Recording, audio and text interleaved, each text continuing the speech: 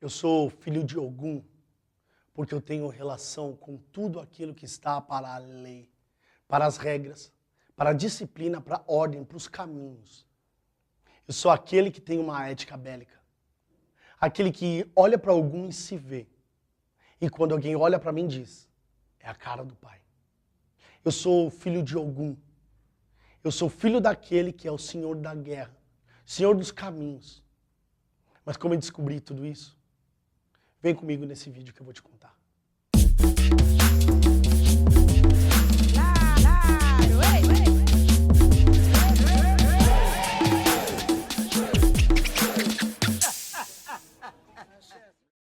Saravá Umbanda, salve você que me acompanha aqui no YouTube. Meu nome é David Dias e eu sou sacerdote de Umbanda. E você que está chegando agora, eu já lhe convido para se inscrever nesse canal, para ativar as notificações e curtir esse vídeo, se no final você gostar, até porque hoje o papo é extremamente interessante, como os outros vídeos que eu já venho falando por aqui.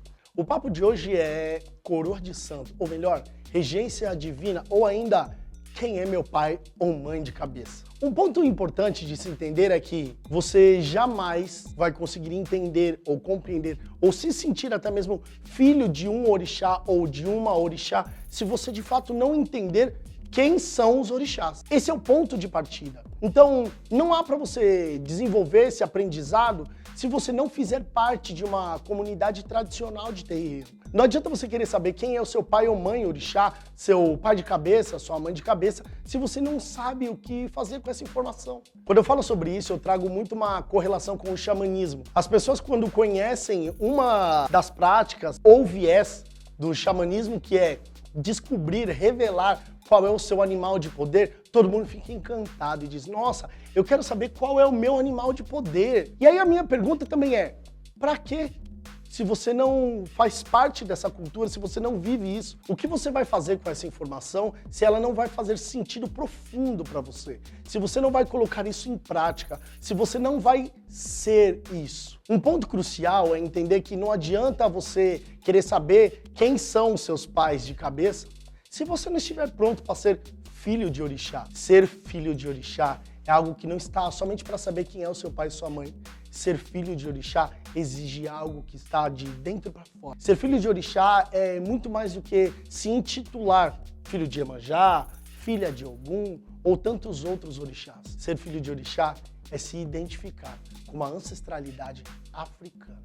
Onde eu aprendo sobre orixás? Na sua comunidade, certamente. E eu não estou dizendo só sobre cursos. Você pode, claro, aprender sobre orixás em cursos e aí na internet você vai ver um monte, aliás, vários vídeos no YouTube falando sobre orixás. Eu quero dizer que você pode aprender sobre orixás com seu pai ou mãe de santo. E ainda assim, você pode fazer uma pesquisa profunda, não na internet ou no Google sobre os orixás.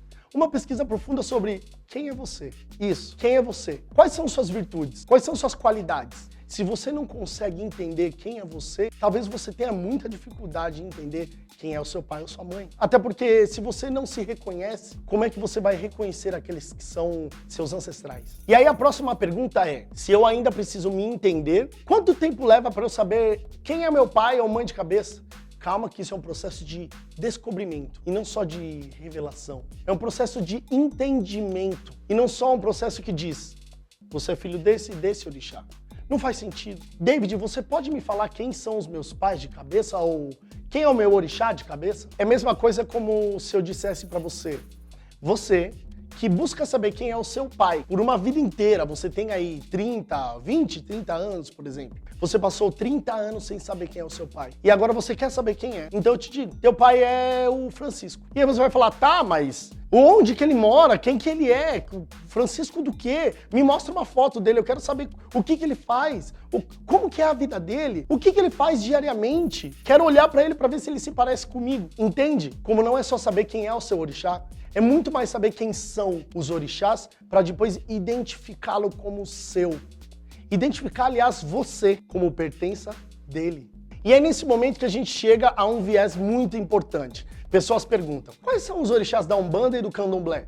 Não há orixás que são da Umbanda, não há orixás que são do Candomblé. Há orixás que são muito mais conhecidos por candomblecistas que vivem a realidade, o culto aos orixás. E o culto aos orixás é muito mais presente, muito mais explorado pelos candomblecistas do que propriamente pelos umbandistas. Mas olha só, independente de você ser de umbanda ou de candomblé, orixás são do mundo. Então você pode aprender e se relacionar com quais orixás você quiser. Ou seja, se no seu terreiro não cultua Logunedé e você gostaria de aprender mais sobre Logunedé, vá aprender mais sobre Logunedé. Se no seu terreiro não cultua Ossain, Iku, Okô, Aganju e tantos outros orixás que nós na Umbanda ainda conhecemos muito pouco, ora, tá aí o seu papel de saber sobre ele, aliás, saber sobre ele e espalhar conhecimento pela sua comunidade. E isso é muito importante para tornar a comunidade grande, para tornar o nosso conhecimento grande, até porque conhecimento é a base para muito do que está posto hoje nos terreiros. Tá, agora que eu já conheço todos os orixás, o que eu faço com essa informação? Agora que você já conhece quem são os orixás, ou os orixás talvez que a gente pode dizer aqui mais conhecidos, agora você deve identificar quais são as potências desse orixá e como elas estão relacionadas com você. O que esse orixá deixou de legado para sua existência. Então suponhamos, e aí eu vou falar de Ogum, porque eu sou de Ogum, suponhamos que você seja de Ogum. Ogum deixa para você a liderança, a potência, aquele que vai à frente, aquele que não teme, aquele que está para a coragem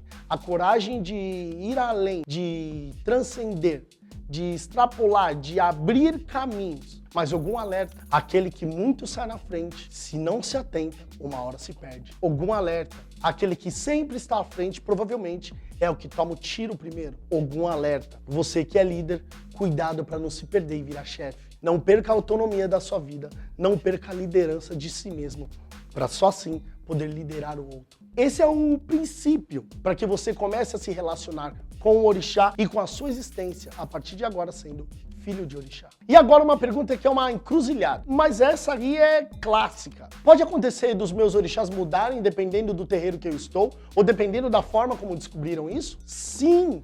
Pode acontecer, é um fato. Até porque, dependendo do lugar do qual for revelado os seus orixás, certamente ali terão valores diferentes. Ali, se for um terreiro de Umbanda, talvez tenha um valor diferente de um terreiro de Candomblé. Qual foi o sistema oracular que foi feito aquela leitura? Você leu por meio do Merindin Logum? Foi um guia de terreiro que leu? Quem que fez essa leitura? Qual foi o meio que foi feito? Há vários meios de descobrir o orixá de cabeça. Mas o ponto crucial é entender para que serve essa informação. Quando você descobre, quando você se entende por filho de determinado orixá, não tem por que você lê-lo de novo ou descobrir aquilo novamente se já está revelado. Qual é o lugar de confiança que você coloca a sua cabeça? Quem é seu pai de santo, sua mãe de santo? Desperte essa pergunta em você. Seu pai de santo e sua mãe de santo são de confiança? Se não são, desculpa. Ele não é seu pai de santo, ela não é sua mãe de santo.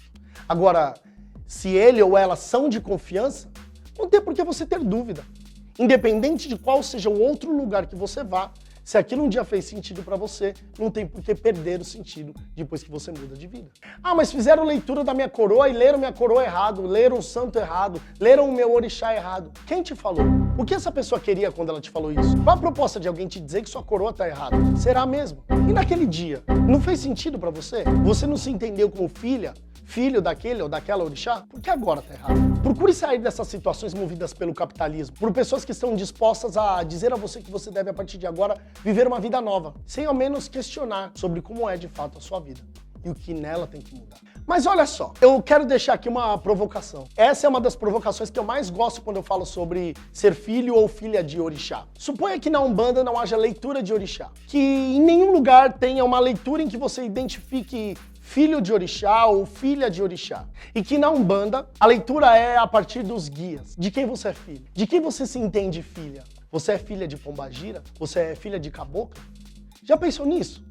De alguém te perguntar, você é filho de quem? Você fala, sou filho de Preto Velho, sou filho de Malandro, sou filho de Exu, sou filho de seu Tranca-Ruas, eu sou filho de Baiano, sou filho de Boiadeiro. Então percebe como a Umbanda é uma religião mágica, linda, que te dá a oportunidade, inclusive a opção, de viver várias vidas em uma só, de crer, de tecer várias existências em uma única vida. Aproveite essa oportunidade, traga muito mais questões do que propriamente busque respostas para a sua própria vida. Esse é o caminho da felicidade. Esse é o caminho do encontro com seus guias. Esse é o caminho para o Congá da Umbanda. Axé.